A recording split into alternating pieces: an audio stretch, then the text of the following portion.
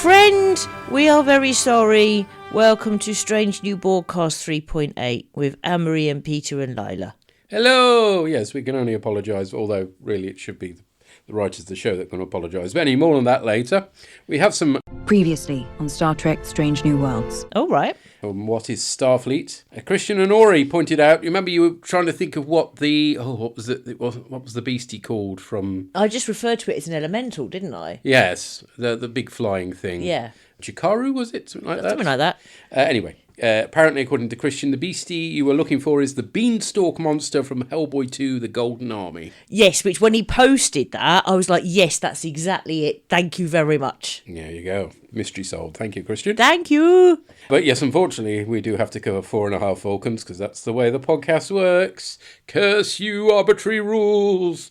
Well, also, as I said last time, that if we don't, then some AI data scraper could put our reaction as neutral. Yes. And it's not. We hate it. We're going to name and shame the writers here. We need to. Yes. Henry Alonso Myers, who is one of the showrunners and has written 7 other episodes, including the also dubious Spock Amok. And a charades, for that matter, as well. So he has previous. And Dana Horgan, who's also a producer in the last season.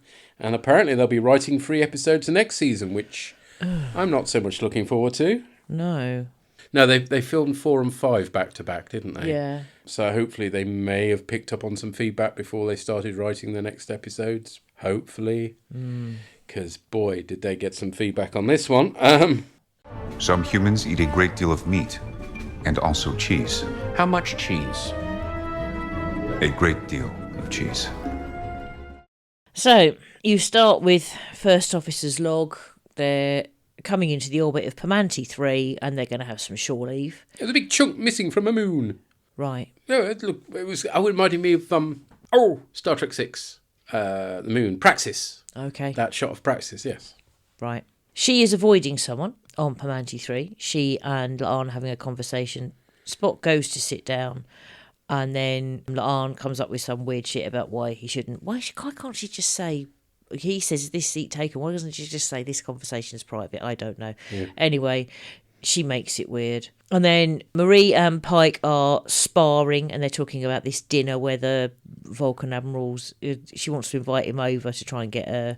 She's not necessarily fit to command a ship, but she is fit to return to sort of court duty stuff. And then a critical message comes in from the Vulcans about the planet Tizar, which they've had contact with before they joined the Federation, but now the Prime Directive applies. Pelia's there, which is a change. The Vulcans seem to have given them a nuclear power station that's gone a bit wrong, which wasn't very clever of them, was it? Nor logical, I think it's fair to say. I mean, I'm sure even pre-Federation joining Vulcans had better energy systems than that. Good grief. The Vulcans are too far away, and they can't just appear Vulcan because their scanning technology is great. They have to actually become Vulcan. Yes, using the Kerkovian virus from Season 2 Charades, where Spock was made completely human. Yeah. Because that worked out really well, didn't it? And the music is immediately very annoying. Yes. So let's name and shame Nami Melmad. Provides all the music for Strange New Worlds and has done some great scores, so she can do good stuff. I mean, the Klingon stuff recently was really very good. But the comedy episodes too tend to have too much music. This one seems to be wall-to-wall, plinky plonky, screaming in your face. This is comedy music. Every moment has a tinkling, jingling, twinkly bongo drum background, and it's so annoying. Yeah. And it's kind of like she knows it isn't funny, so she's trying her best to make it seem funny by using this music. It is not working. Yeah. Pick up your bongos and go home. Yeah. So then we have one of the few points in the episode that I laughed, and this is because it doesn't work on Pelia, and I like about how she talks about how LSD didn't work in the 60s or in the 90s or last week. And yes. That, as a line, that made me... And fairly harmless, so yes. we can cope with that. I mean, I think the acting when they're injected with the serum is terrible. Oh, don't. It's first-year drama student stuff. It's not even that. To be honest, it reminds me of infant school when we had to do PE in our pants and vest, and we were told to be animals and crawl around the floor to shit music. There used to be those Radio 4 programmes they play. Yeah. That they'd recorded. Yeah. Where it'd be some bright, sparky person, probably from play school, who told you to be a tree and the like. Yeah. Yeah, it's that level of acting. Yeah, it is. Yeah. Appalling. Yes. It's age 5 in your pants and vest acting. Yes, well, this is something from somebody's pants, certainly. Yeah. It just reminds me of that conversation we had in the club. The person their daughter is having a child. Yeah. But they're really annoyed because their daughter's a Chelsea fan. Oh, football, well, you go figure. And she's worried that the daughter wants the baby dressed in all Chelsea stuff. So I suggested maybe some Chelsea nappies so she could take a number 2 in it. That went down very well. They all go down. They all repair the facility very quickly. They come back up, but the serum doesn't work. Are we going to talk about their behaviour as Vulcans? I was going to do... Well, most of it comes after the teaser rather than before. I mean, Vulcans aren't innately logical, are they? I mean, it's a thing they have to develop. Yes. Because they're actually innately quite violent. Yeah. And they control that violent behaviour by being, practising Vulcan techniques of logic. Whereas these humans get an injection and suddenly they're so logical it's not true. Yeah, I know. This isn't genetics, folks. No. It's ridiculous. That isn't how it works. Oh, the other thing as well is... I get that they have to be in different outfits when they go down. That's quite normal for an away mission to a planet that doesn't know that you're part of the Federation. Apparently it's changed their taste in clothing as well. Because they stay in you're right, they stay in the outfits. And I was sitting there thinking, that doesn't look right. It was only when you said it, I thought, oh, hang on a minute. Why would their taste in clothing change just because they become Vulcans? Yeah. Absolute madness. And we get that awful cliched hero walk down the corridor. Oh, with the big weapony, or is it a fan? I don't even know what the fan is. Or is it a paddle? I don't know. It's from Up Time. And it's a lurper. It's a lurper. Right. There you go. To the dubious sounds of Reckless Youth and their ironically named tune, The Home of Happy. No, I am not happy. Yeah. It never feels like Trek when we get even vaguely modern music. And the original plan was to have Beastie Boys Sabotage, which just know that has no place in existence, let alone in Trek. I mean, the idea that they change their clothes to go down, that's fine. You get that with away missions. But then they're supposed to be disguised as Vulcans. Yeah, so, yeah. Clearly if they were... Well, actually, they could have gone down in Starfleet uniforms, but that would have more questions than answers stuff. But, yeah, it's the fact that they stay in them makes no sense. No. So then you get the voiceover as Vulcan Pike. Over the credits. Yeah, so he just sort of delivers it... Oh, so badly. Very badly. And it's like... It's somebody doing a really bad impression of somebody being Vulcan. It's like a terrible Shatner impression, actually. I think that's harsh on Shatner, to be honest. This fair is enough. absolutely woeful. Yeah. And his performance throughout is absolutely awful. woeful. He's just taking the piss. Now, I have a question for you, because the Paramount app was playing up on our telly, so I didn't risk fast-forwarding the intro. Uh-huh. And the creature from the last episode is in the intro. Has it always been in there? Has it only just been in there? Oh, right. No, I don't know is the honest answer, because we do quite often. Skip the intro. But I just said I couldn't take the risk. Yeah. I just noticed it. Right. Mm. So you don't know? Fair enough. Maybe editing. Well, editing Peter will, inform you. Oh, well, here's the thing. They're doing a lower decks kind of thing here, aren't they? I've just realised. Because I went back and watched the first episode of the season's opening credits, and no Chikaru in that. So they've inserted it in for this episode, which is interesting-ish. I mean, it still doesn't make the episode watchable, but hey. So then they're talking about maybe why did the serum not work? And then Chapel says, as a human, I may have made an error. And that's the way you start sort of get things wrong, because just because a Vulcan, just because she might think that, and I'm not sure why, but anyway, just suppose she does, there's no reason why Vulcan would automatically say everything out loud, or why they wouldn't have learned that actually, just either not to say anything, or I might have made a mistake. Do you know what I mean? It's not just, why say it that way? Do you know what I mean? It's not. And then you have Betamax. Oh, yay. Because we needed... I kind of hoped he'd left by now. Yeah. No, he's still kicking around. Boo. And he meets her and he says he's willing to make adjustments. And I like, in a way, where she comes from initially. He's like, oh, I didn't make any plans. And she's like, oh, you didn't make any plans. You had this coming for a while and you didn't plan anything. And I get that, potentially. It might make somebody feel that it hadn't mattered. But the idea that, well, I did, of deliberately not making plans just to see what you want to do. Do you know what I mean? At the time is okay. Some people are like that. And it's just, that was just all weird. And then we find out later on that Uhura's altered Betamax via a mind meld to make him more Vulcan. And no Vulcan would do that. I mean, you have... No, but the whole point of the mind meld stuff is it's supposed to take a lifetime to learn. Yeah. And they've just become Vulcans. Yeah. So how do they suddenly magically know how to do mind melds? Yeah. That doesn't come with a bloody serum either. Absolutely ridiculous. So it's ridiculous in terms of it doesn't make any sense, but also you think about Spock and his reluctance to do mind melds at times. I mean, it does get a bit on the animated series. He's doing it every week, unfortunately. So you could argue about, but ultimately the idea was that you don't get born as a Vulcan able to do mind melds. You have to learn the practice over years, and it's difficult. And it can. We find out in Enterprise, it can go wrong. Yeah. And if it's not done properly, it causes brain damage, basically. Yes. But Uhura's learned it straight away, miraculously. But also, a Vulcan wouldn't do a mind meld or something without consent. This is one of my big problems with this episode, is that their behaviour as Vulcans makes out that, as they say later on, are all Vulcans monsters? The answer is no, you four were. Yeah.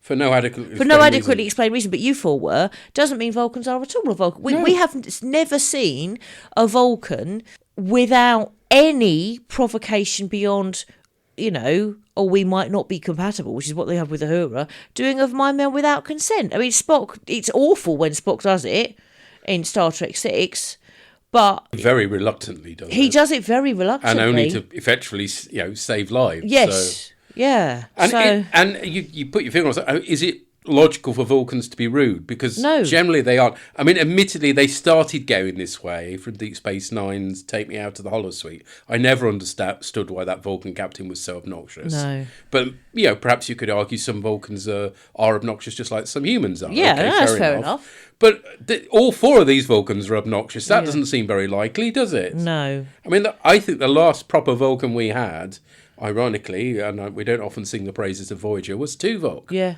I don't think they've done Vulcans right ever since. No, they did Tuvok well. Yeah.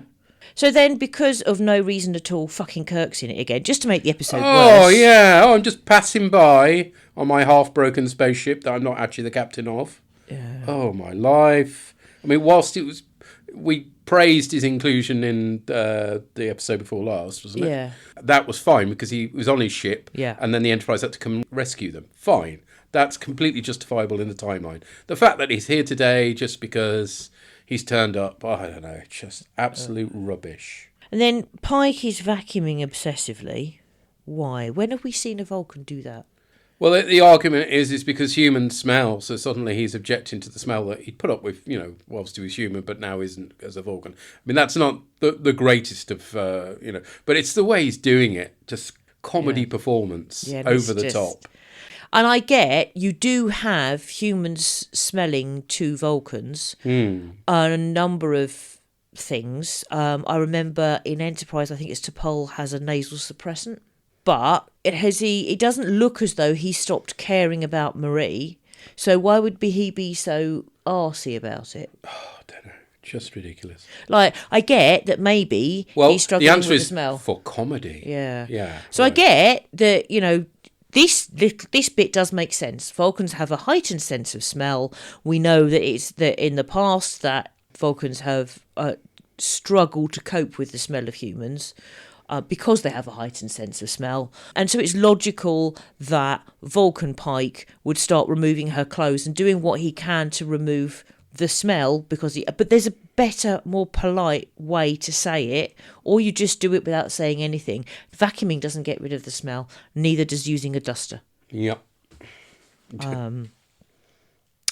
Then you have Chapel conducting multiple experiments. When have we seen Vulcans doing that? Ever? Data, but Data was not a Vulcan. That's more of an android thing than a Vulcan thing, isn't it? And then La'ana's become aggressive, and so apparently she's a Romulan. Well, we've seen better Romulans. Yeah. Reunification. Romulans are painted in a much better light. Deep Space Nine. Not only that, but they're very rarely moustache-twirling villains like she's playing it. And you don't have, actually, the idea that a Romulan would start a war is ridiculous, because actually what they want to do is let all their enemies face off against one another. That's kind of what she's doing, but it'll be quite, it'll be obvious that actually it's the Enterprise that started it. So, their plan doesn't work. And again, the acting is appalling. It's terrible. Nothing like a Romulan. No.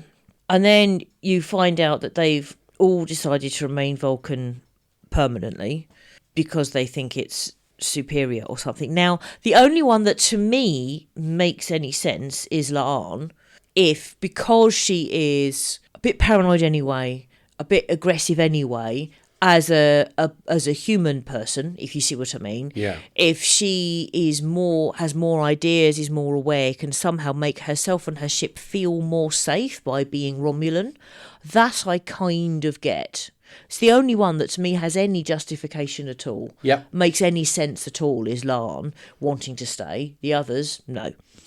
And then you have Spock saying, well, it's the most logical thing for a Vulcan to want to stay Vulcan. But, well, no, not if that's not... I don't see that would be the case, particularly also, I mean, you've got Tuvix, who was... Oh, wow. Bring that one up, why don't you? Right? But surely it would be logical for Tuvix to want to go back to being Vulcan, and Tuvix did not. No. Tuvix wanted to stay as Tuvix. Yes. Yes. So that doesn't work, does it? The idea that... But these are effectively Vulcans who want to stay Vulcans. So that... Yeah, but what I'm saying is if Tuvok's idea of a Vulcan was that being Vulcan is superior, wouldn't that element of Tuvix have wanted to go to return? Or at least Tuvix have felt conflicted about... And no, Tuvix says, I like who I am. I like the blend. Even the Vulcan part says... I want to stay as Tuvix. So the idea that all Vulcans would automatically want to always be pure Vulcan is bollocks, because Tuvok is generally a well-written Vulcan, good Vulcan, and when made Tuvix, did not want to revert. Uh-huh. So that's bollocks too. Then Pike introduces loads of changes which make no sense. Oh, it's more efficient to have a 43-minute shift. Again, that might be something you could understand Data doing, who didn't understand human biology, but it's not more efficient for non-Vulcan species to have that weird shift pattern. And because the Enterprise is made up predominantly of non-Vulcans, it is therefore illogical to change the shift pattern, so he's a ship Vulcan. Yep. It doesn't make any sense at all, and it's rubbish. Then they're in Pelia's quarters, sort of plotting-ish, and they talk about them all being Vulcan jerks, then it's all present company accepted. Yeah. Which is racist. Yeah, and not something they would have said. No. Because they've grown fond of Spock over this period. Yeah. And all of a sudden they're being absolutely mean to him. Like, I mean, it's fair enough to say that the four of them are jerks, but they're not jerks because they're Vulcan. No. Because of something innately Vulcan about them. No. It would be much better if they made it that something has gone wrong with the serum and made them jerks. That would be fine. The fact that they are part human, part Vulcan has resulted in jerkish beings, that would have been okay. Yeah. Because it's gone wrong. It has to be something somewhere's gone wrong. Yeah. You could still do it that way, but not this way. That doesn't work at all. Meanwhile, having brainwashed Betamax, Uhura and him are talking about poetry and vegan soup and meditation. Yeah. But I do like Ortegas in this, totally calling Uhura out on her behaviour. And no Vulcan would have actually behaved like that at all. And says, well, they are chaos. It's like, yes, we're Ortegases. We're the chaos family, and you used to like that about us. Then Chapel's even worse. She enters a relationship with Corby Trouser Press and decides she doesn't want any friends anymore. Vulcans have friends! Yeah. And relationships. Yes. Some of them with humans, as it happens. I mean, Sarek. Yeah. Wow.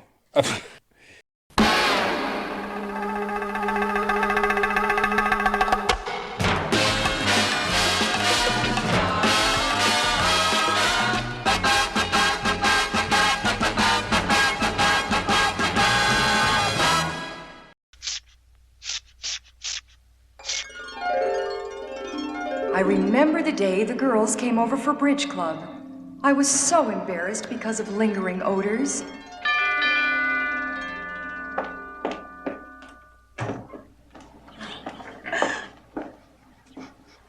Fish for dinner last night? Phew, aren't we still smoking those cigars?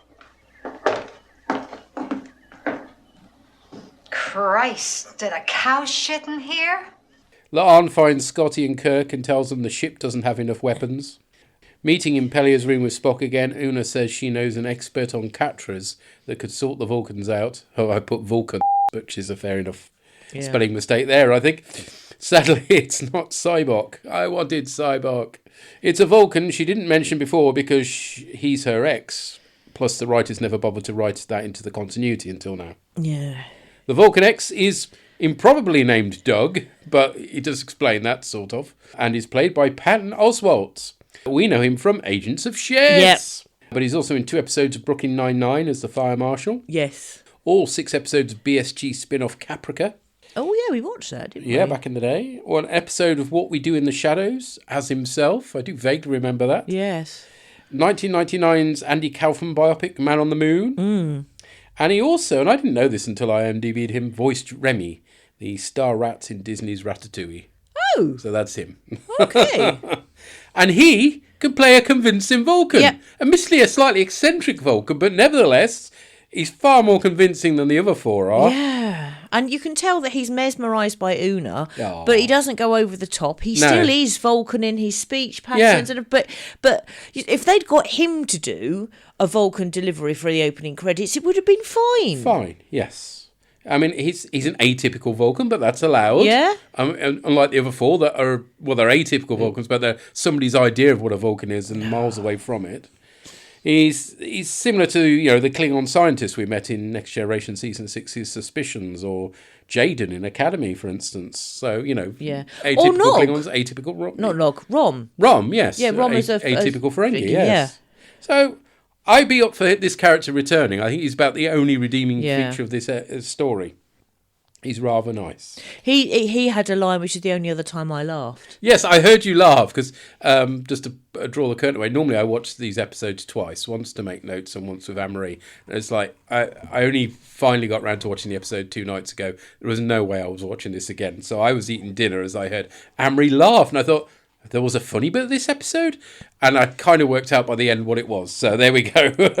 Yeah, it was the Patton Oswalt stuff. Yep. In a very familiar plot twist, Una says she's married to Spock with kids. Where have we seen this before? Because I was sat there going, oh, we've seen this before a million times, have we not? People pretending to be married that aren't. Yes. Don't remember where. Can't think where. Have. Help us out, folks. But it's definitely a thing. Yeah. Did it happen to Odo at one point? And yes, Odo and somebody... can't remember who the somebody was, but yeah, it's a Deep Space Nine thing. Yeah, it's been done there. It's definitely done in Next Gen as well. Yeah, I mean, it may have been a vaguely funny scene without the terrible music. That just ruins it all. Then Vice Admiral Pasulk returns from Ad Astra per Aspera, and Pike pisses all over Batel's chances of being reinstated in the JAG. Seemingly, she doubles down by telling the Admiral how crap he is at his job, and she kicks Pike out of his own quarters, which is illogical. Yeah. Spock fesses up the truth to Doug that he's not together with Una, who congratulates him on his ability to lie. And it turns out he's a real human fanboy. That's what this is all about. Yeah. In the lab, because we're not doing engineering this season, Kirk challenges Lilah over reconfiguring the ship's weapons.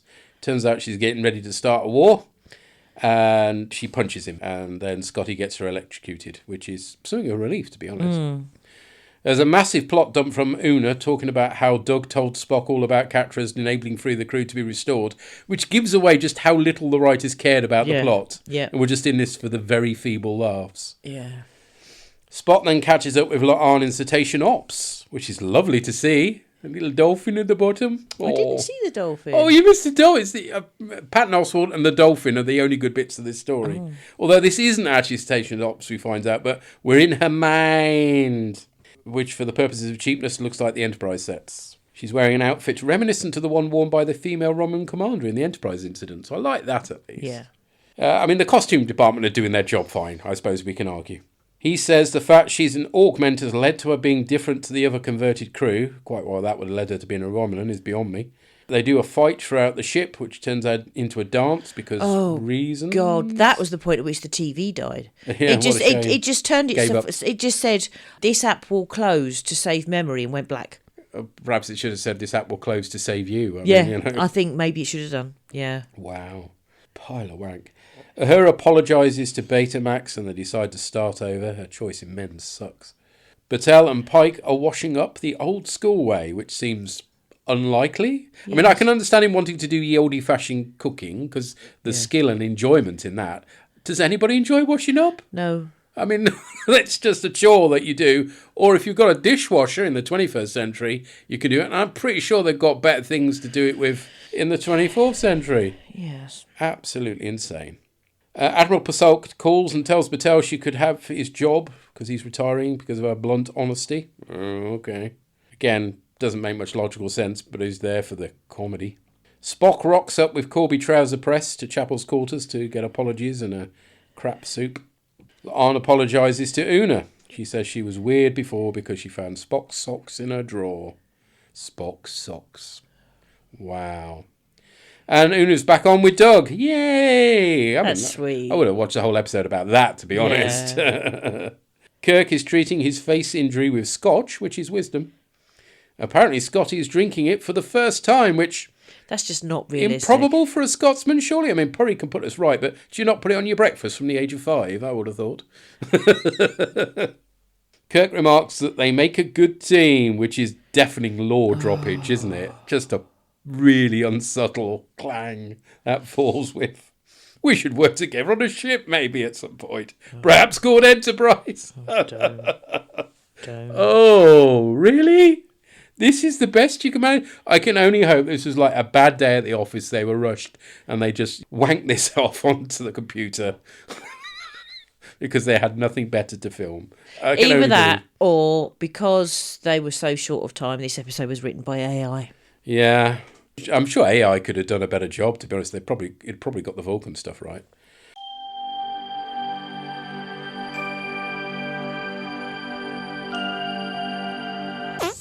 Strange New Worlds or Same Old Guff doesn't really need asking here, does it? I mean, it's the same old guff, but done very badly. I mean, we've seen humans made to look like aliens in, well, back the original series is the Enterprise incident where Kirk becomes a Romulan, and Troy did likewise in The Face of the Enemy. Kira became Cardassian in Second Skin. And perhaps most similar to this Strange New World story, we had a bunch of the regulars becoming Klingons in Apocalypse Rising in Deep Space Nine. Yeah. The difference here is that the humans are genetically recoded by medical gumbo, but it's the same basic idea. Plus, in all those stories, the alien races were being impersonated were treated with rather more respect, were they not? Yeah. I mean, there may have been the odd line about pointy ears or wonky teeth, but generally the races were depicted as having a range of noble and otherwise characters as you would expect. Yeah. They're not all the same in those episodes. Oh, just rubbish. I mean, this story, it's just space racism, isn't it? Yeah. Look at this funny, emotionally repressed aliens with their stilted speech. Aren't they a gas when represented by our regulars? No, they are not. No. It feels that you're laughing at neurodiverse people, which is definitely not acceptable. No, I mean, and the thing is, if this episode had been done way back when, you can totally understand that the writers wouldn't be aware that a lot of neurodiverse people saw themselves in Vulcans and saw parallels. These writers should fucking know. Exactly. Although, to be honest, right from the early stages of the original series, people were identifying with Spock. Maybe perhaps they didn't know why, because they didn't understand neurodiversity, but Spock has always been an appealing character because he's in control of his emotions, which some people find a very appealing characteristic. And also because Not something to be laughed at. Also because he didn't fit in with everybody else, and so people who have a variety of reasons for not fitting in with everybody else. Feeling like an outsider, yeah. And whilst we're on the subject of Spock, from the title onwards, he doesn't count because he's only half Vulcan. Really? Yeah. Really? I mean, this episode rightly drew harsh criticism from those of mixed ethnic parentage. Yeah. And that sort of racism is just not acceptable in any programme, and doubly not in what is supposed to be a progressive show like Trek. Yeah. Shame on you, Strange New Worlds. Yeah, it's awful. And again, you know, I know that Spock talks about, and it's in more than one series, about how he was not treated fairly by all of his peers because he was half human. Yeah. Fine. But these are supposed to be his friends who know him. Yeah. And the idea that they suddenly stop caring about him and are quite happy to call him just a half Vulcan or implying that he's like a half person. Yes. Is just awful. They wouldn't... I mean, a Vulcan stranger wouldn't do that, let alone people who supposedly are his friends and his fellow officers and know him. I mean, I used to recommend this show as a good jumping on point for those new to Trek. But there's no way I can do that now, unless it's to say that they should just stick to the first season and pretend the others don't exist, to be honest. And had this episode been in the first season, I doubt we'd still be covering it on this podcast, to be honest. We would have stopped there. Or, like, you know, had watched it before recording and then gone, okay, no, we're not covering this show because it's outrageous. Yeah. if you stuck around for it, the post-credit scene was Spock explaining some human stuff to Doug. Did you watch that? No, crashed again. Which, again, would have been amusing without the crappy music. Some really bad harping horns on this bit. And it's kind of sweet Seath and Peck coming out of characters to laugh at the end. But that just highlights the fact that the cast were clearly having too much fun when they recorded this and were not thinking about the message it was conveying. No. And certainly the writers definitely didn't. At least I hope they didn't, because if they did this on purpose, that's even worse. But the problem is the writers on this series have got previous with the one where T'Pring's parents are really awful. Yeah.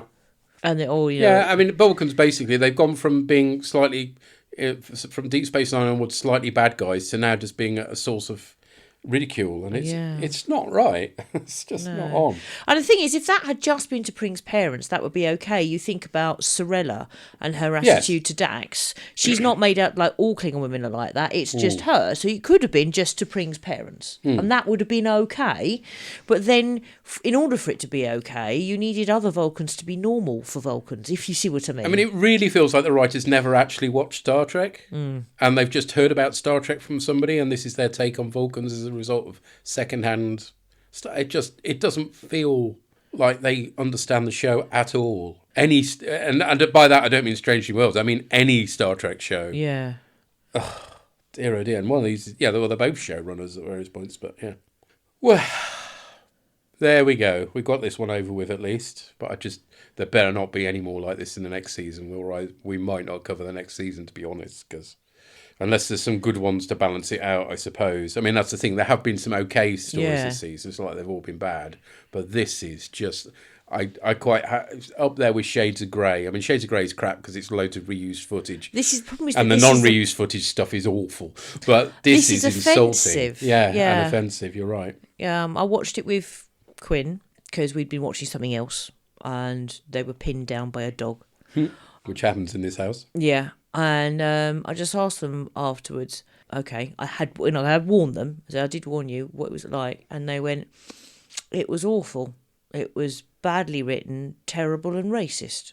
Yep, that sums it up, doesn't it, really? Yep. They ain't wrong. Let's find out what other people thought. We've heard from Jeffrey Mark Hyman. Previously, I just thought the episode was really dumb, not completely picking up on how truly ugly it is. Yeah, that's a word for it. Yeah, it's a good word for it, yeah. How does this happen in this day and age? Well, the answer is, of course, Trump. That's how it happens in this day and age. Who's desensitised us to just how awful we can be. It's just and paramount are kowtowing to him, exactly, aren't they? Yeah. We've surprisingly heard from Llama God. I thought you might have given this one a miss, although he did say right from the beginning that he would have things to say about this episode, and sure enough he does. So here we go. Strap yourselves in, folks.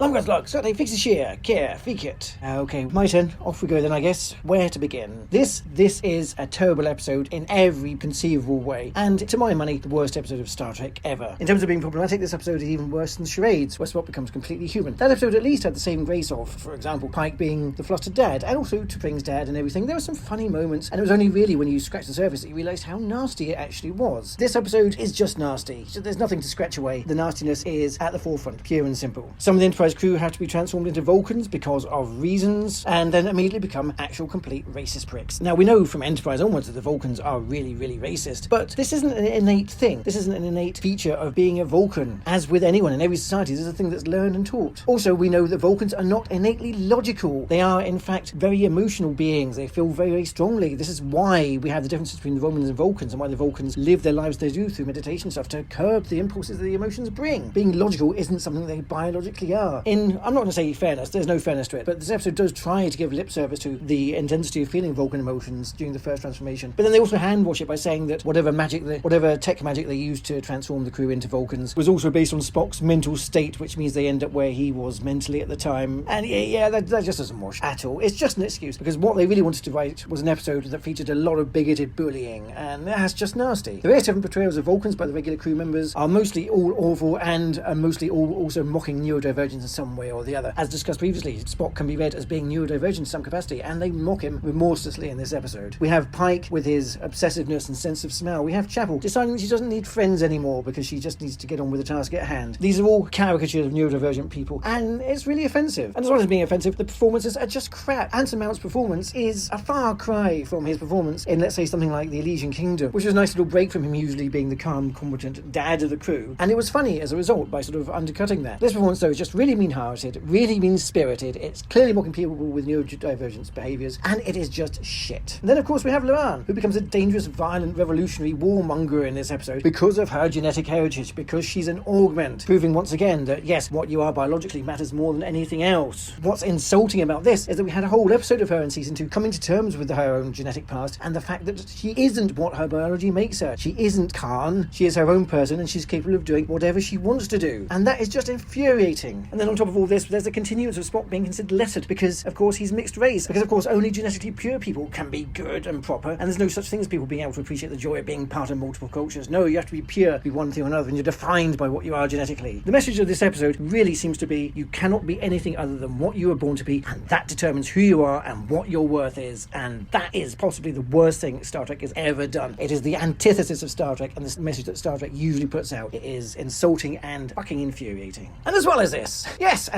there's the continued straightwashing of the show as well, when we are introduced to Una's fling. I mentioned before that there are particular readings of Una, especially in season 1, which shows that, well, maybe if she's not gay, then she is at least bisexual. Here we just have to give her, as with all the other characters on the show, we have to give her a straight relationship. She has to be in a straight pairing because God forbid there should be any queerness in Star Trek. And what's even more frustrating about this is that the only good part about the episode really is the character of Doug and his fascination with humanity. I mean, I love Patton Oswalt usually. He's usually quite a good and very funny. And here he is just wasted. He's a Vulcan who's actually fascinated by humanity, unlike the rest of his species, which seem to be fucking racist against humans. And this would have been great to see more of. I mean, there must be more Vulcans like this out there. I know they mentioned his parents as well. But consider Sarek, Sarek who married a human woman to produce Spock. It stands to reason, logically, that Sarek was not alone in Vulcan society. And we have Doug here. And it would be nice to see more of that as well. Especially given the post-credit sequence we see where he tries to learn human things from Spock. Those are actually funny. And Patton Oswalt clearly has great chemistry with Ethan Peck. We should have seen more of that together. But instead we get that forced relationship with Una, and the actual chemistry he has with Rebecca Romaine is negligible. Not nearly as much as he has with Ethan Peck. So yeah, just a fucking waste. And on top of all that, the music for the episode is utter shite. It is dreadful. It's deliberate, over-the-top, awful, plinky-plonk comedy nonsense music. And although I like a good bit of rock music occasionally, the rock needle drop when the Vulcans walk towards their mission at the start of the episode, that's just really badly placed, badly judged. It's just awful. Fucking awful. And that really is my verdict on the entire episode. It is terrible. Fucking awful. Worse than Spock's brain easily, because Spock's brain is at least generally not offensive, or at least no more offensive than most of the original series episodes. Compared to Next Generation's Code of Honor or DS9's Profit and Lace, you can at least, I guess in theory, use the excuse. It's not an excuse. You could say they were of their time, they weren't thinking about them, but okay, you can't really. But seriously, by the 2020s, an episode of Star Trek putting out something as insulting as this, something as incompetent, something filled with so much racist biological essentialism and bigotry, no, there's no fucking excuse for this. This is utter shite. And it is exactly the sort of Star Trek I'd expect the management Paramount, who are desperately tonguing at Trump's fascistic ass, to produce. It's a fucking miracle the Starfleet Academy turned out as well as it did. I was expecting that to be atrocious and even more fat boy than it actually was in the end, considering the evidence we have on hand here. Bloody hell.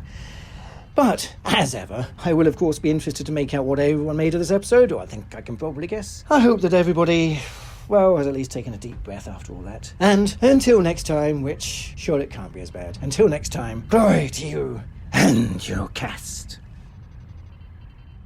Yep. What he said? Yeah, basically. Yeah. Can't argue with any of that. Yes, I'd forgotten they do try and justify with a weird, mangled line that makes no sense. Yeah, I mean, I sat there going, do I make a note of that? Because it doesn't make any sense to me, and I didn't, to be honest. So there you go. But yeah, they even realise that they shouldn't be behaving like this. Yeah. And the best they can do is try and explain it away with a bit of technobabble, basically. Oh. And I had forgotten, but you're right, there is that episode where Lilah learns that she, just because she's an augment, she's more than her biology, except no, she isn't. Apparently. Oh dear.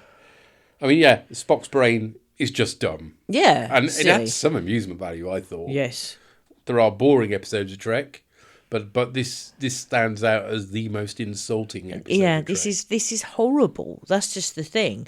The other episodes of Trek that you and I don't like, they're not good episodes, but they're not things that make you feel embarrassed to like Trek, if you see what I mean. They're not shameful.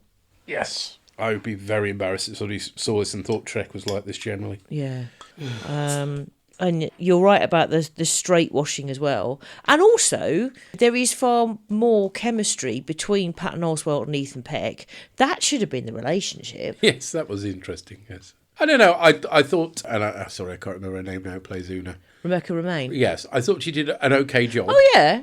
She like that. I quite like that, I'm trying to control myself here. Bugger it. I just get out with him. Yeah. I like that.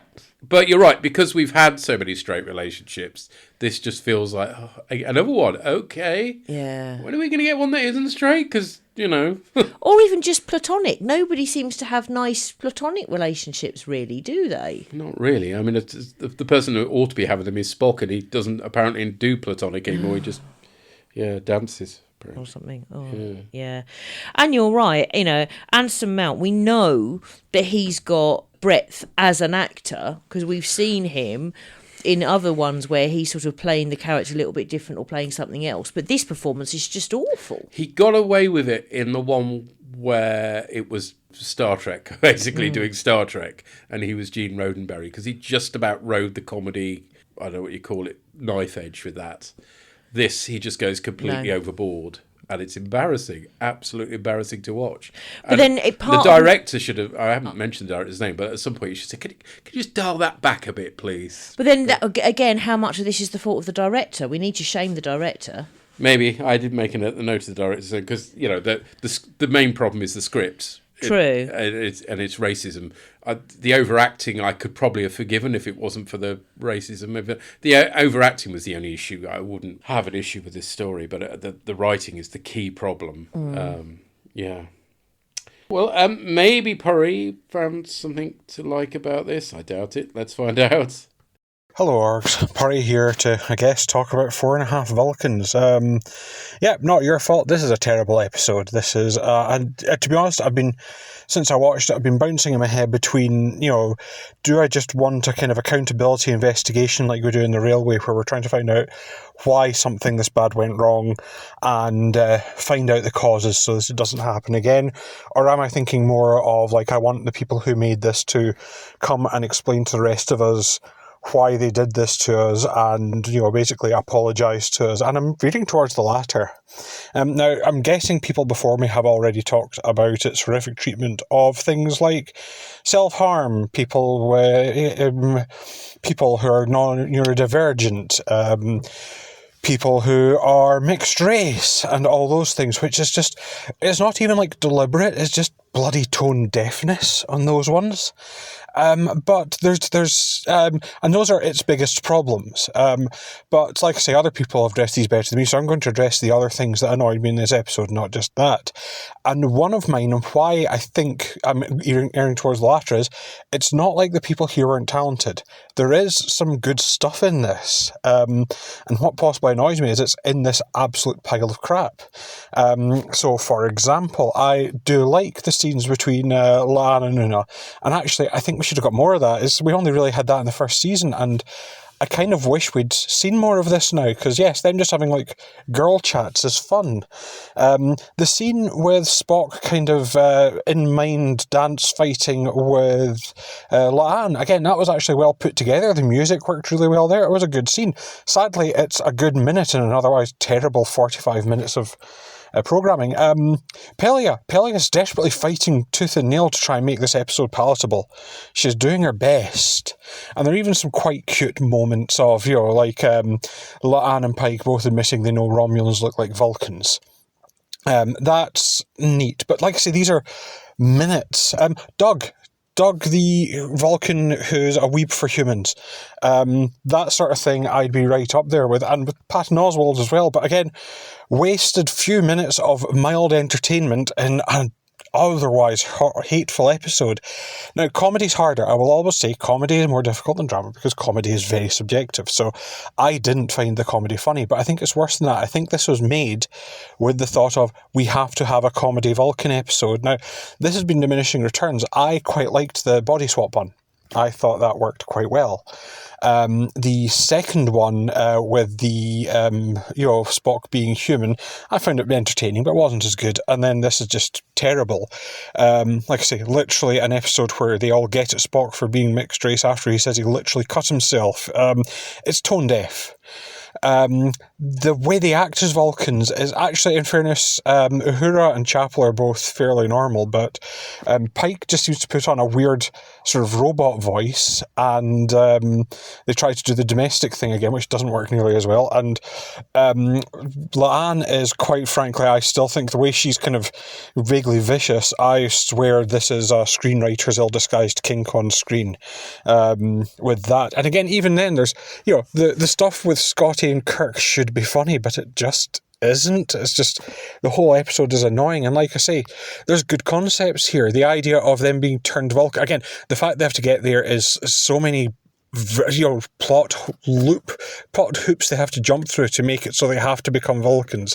It's just, that's where your suspension of disbelief flies out the window. And again, I probably would have suspended more if I'd been enjoying it, but even at the start, it's like, wow, you've really had to kind of crowbar the plot to fit this situation. And then, like I say, the episode itself, it's not funny. It's, like I say, there's a good idea. When they first are overcome with emotions, I thought, is this going to be actually, Vulcans are really emotional and they're going to have to deal with heightened emotions and pretend to be logical. And that's the episode. That's a hook. Nah, we're getting comedy Vulcan nonsense. And it changes their hair for some reason. And yeah, like I say, with that sort of thing, it just isn't good. And like I say, I know I did hear a few people who said, actually, I find it funny, but really, this is one of the worst episodes I'd rather watch The Way to Eden any day over this. So, apologies, you guys, and everyone here had to watch it as well. But all that remains to say is, thanks for doing the podcast. So hopefully, feedback in the next one. And, just generally keep up the good work. Not so much with Strange New Worlds writers, but until then, bye for now. Bye. Yes. That's a good point, actually. The hair change is not like the costume change. It happens the moment the serum works, because clearly it can do your hair at the same time. It's magic. Well, I mean, the problem is that with this series, there's so much of this. I mean, the one when they sang throughout as well. Oh, yeah. Equally weak in its justification. It's just they've got these ideas they think are cool or funny that they do, and they just don't make any sense. No. Yeah, and Lilah and Pike knowing about Romulans is problematic for continuity reasons, obviously, because nobody is supposed to. I mean, they've got their own, timey-wimey stroke dimension travelling, whatever the hell that was with Pike reasons, but they shouldn't, is the bottom line. Yeah. Scotty and Kirk were not funny, that's true, but at least their scenes were defensive, so I kind of let that sort of disappear into the background, or except for that clunky line at the end, we're going to be best of friends. Oh, God. Really? I think you're right that, I'm not sure, I think it might actually be the actor playing Peria desperately trying to claw something back. Maybe, I mean, she plays everything comedy because she's a comedy actor, and she can do it. So, unlike... Well, I mean, Anson Mount has been funny in the past. He has. He's capable of it. That's why I think. For some reason, he's gone full over the top with this, and I think he might have been directed that way. Yeah, it's a bit like Brent Spiner. You've got to rein him in, because if he goes over the top, he's just awful. Yeah, or you get that one where he played his own dad. Oh, so many times. And again, not offensive, just not funny. Yeah. Or very good acting. Yeah, so again, can't disagree with any of that, Pori, except for, what is it you've got about Way to Eden? You're worrying me now. I think we need to have words at some point. Because, I'm sure this is the second time he's referenced it. It's like, you're completely obsessed with that story, aren't you?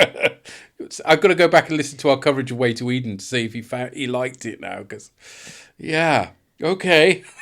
But again, not as bad as this. So fair enough. I can agree with that at least. Yeah. Well, great googly moogly. That was terrible, wasn't it? But let's...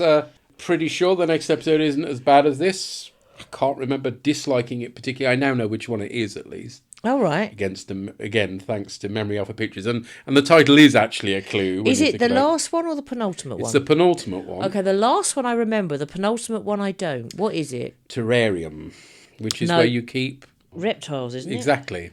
Gives you some clue of what that's about then, doesn't it? But anyway, I won't say any more just in case people haven't seen it. I don't know.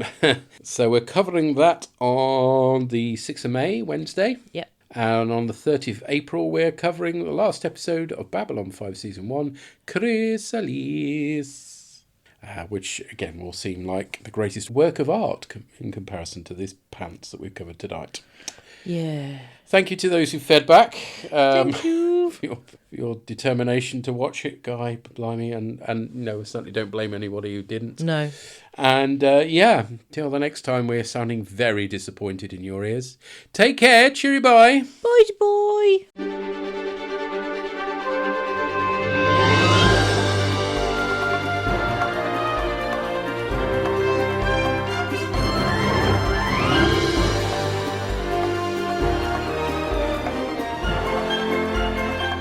The Star Trek theme was composed by Alexander Courage and reimagined for Strange New Worlds by Jeff Russo. Any music used in this podcast is for illustrative purposes only, and no copyright infringement is intended. Find our website at borgcast.libsyn.com. We have a Facebook group which you're welcome to join. Send emails or MP3s to borgcast@gmail.com. Find us on Blue Sky at broadcastammo.bsky.social and revorg.bsky.social.